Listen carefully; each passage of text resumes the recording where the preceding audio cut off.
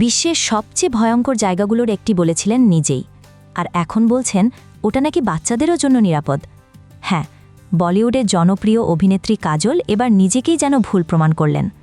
সম্প্রতি নিজের নতুন হরর ছবি মা নিয়ে এক সাক্ষাৎকারে কাজল জানান তিনি জীবনে একাধিকবার ভুতুড়ে অনুভূতির মুখোমুখি হয়েছেন।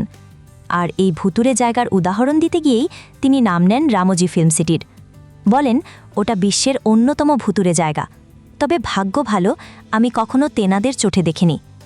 এই মন্তব্যে চটে যান নেটিজেনরা। সোশ্যাল মিডিয়ায় শুরু হয় সমালোচনার ঝড়। আর ঠিক তখনই নাটকীয়ভাবে নিজের আগের মন্তব্য থেকে 180 ডিগ্রি ঘুরে দাঁড়ান কাজল। বলেন রামোজি ফিল্ম সিটি দারুণ একটা জায়গা, আমি বহুবার সেখানে শ্যুট করেছি, পরিবেশ একদম পেশাদার, নিরাপদ এবং পারিবারিক। কিন্তু প্রশ্ন উঠছে, এই মতবদলের পেছনে কি শুধুই ছিল অনলাইনের গালমন্দ, নাকি দক্ষিণী সিনেমা বাজারে মুখ রাখতে এই ভুলবদল? আপনার কি মনে হয়, কাজলের এই মন্তব্য কৌশল না কাকতালীয়?